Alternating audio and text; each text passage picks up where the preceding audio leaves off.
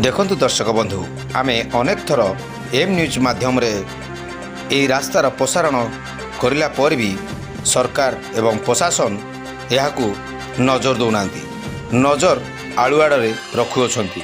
एबे ग्रामवासींकर मनरे अशांति देखा मिली। ग्राम पंचायत आम बारंबार प्रशासन को तागिद कले सुधा प्रशासन नीरव अच्छी जो कुशभद्रा नदी जयदेव सेतु से एपटे बालियंता को जावाक बाट रविटबी बाट मो बस जातायत। यही रास्ता होची मिछमरा छक। यही रास्ता को यातायात पाई अनेक संजोग रही अछि रास्ता। यही रास्ता रे ऑफिसर बाबू माने नेता मंत्री ठू लगे समस्ते जाउछंती हेले भी से रास्ता उपरे ठोपे वर्षा हेले पानी रो सुअ छुटुची।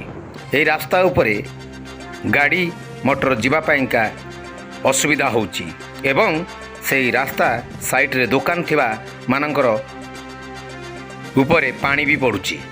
एभली चित्र देखा मिली। दुकानी भाई माने कौन कहते शुणु आपण मैंने।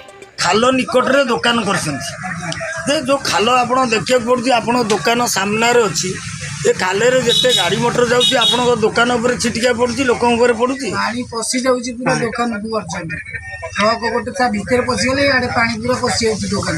प्रतापपुर तरफ नुआसाही ग्राम कौच आमर ये मिछुमारा तक मिछुमारा तक देखूँ ये रास्तार अवस्था कौन हो पड़ी ये लोक मैंने बहुत यहाँ कुशभद्रा नदी अड़स्तुर संजोग कर रास्ताटी रास्ता खाल खमा थी लोक ये बहुत असुविधार सम्मुखीन होंगे। वर्षा दिन देखो केते पानी जमी आपको प्रशासन लक्ष्य कले रास्तार पुनरुद्धार टे करूँ। देखिले तो दर्शक बंधु आमे आपन को देखाउतलु सीधा सड़क वास्तव चित्र। स्थानीय लोक दुकानी मानकर अभियोग आपण मानक सामने आमे रखितलु। एबे सरकारଙ୍କର विकास एभली रहिछि आपण को आमे देखैलु।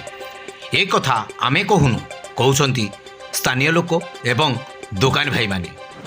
अनेक थर अभियोग पर भी रास्तार मरामती करा जाउनी। एभली अनेक दिन हलानी से रास्ता पड़ी रहिछि।